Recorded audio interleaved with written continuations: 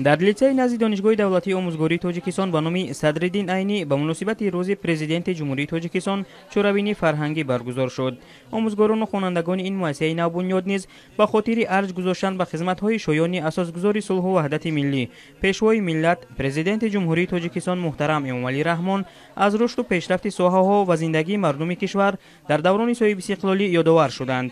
дар чорабинӣ оид ба моҳияти таҷлили рӯзи президенти тоҷикистон ва хидматҳои таърихии пешвои миллат ибрози назар шуда, таъкид гардид ки ба арсаи сиёсати бузург ворид гардидани Эмомалӣ Раҳмон барои тоҷикистони соҳиби истиқлол атои таърих буд, зеро дар баробари барқарории сулҳу таҳкими амният бо азму иродаи қотеонаи президент дар соири соҳаҳо навгониву дигаргуниҳои назаррас рӯи кор омад ки кишвари моро ба сӯи пешрафт такуни ҷиддӣ бахшид. ин чеҳраи таърихӣ бо хислатҳои болои худ ба дили мардум ҷой ёфт, бо ҳамдастии мардум ва дастгирии ҷомеа дар ҳалли мушкилоти ҷомеа комгор шуд ва дар ҷодаи сиёсат чун фарди муҳими дорои хислатҳои боло эътироф гардид. аз ҷониби дигар роҳандозии тарзи идораи президентӣ барои кишвари мо дар амри амалӣ намудани хостаҳои мардум созгор омад ки ин яке аз иқдомҳои шоёни президенти маҳбуби тоҷикистон муҳтарам Эмомалӣ Раҳмон аст.